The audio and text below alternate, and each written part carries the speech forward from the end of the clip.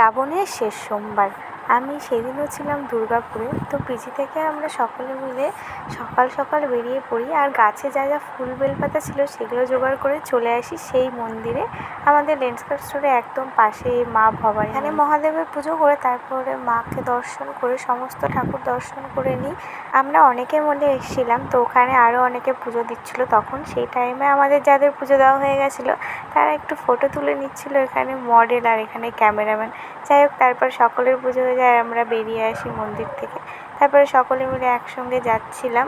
যাওয়ার পথে এখানে একটা বাবা বিশ্বনাথের আর একটা মন্দির ছিল, যেখানে খুব সুন্দর করে সাজিয়েছে। আর শ্রাবণের শেষ সোমবারে এখানে সকলকে ভোগ খাওয়ানো হয়। তো এখানেও আমরা বাবা মহাদেবের মূর্তি ছিল একটা খুব সুন্দর, এখানেও পুজো দিয়ে নিই।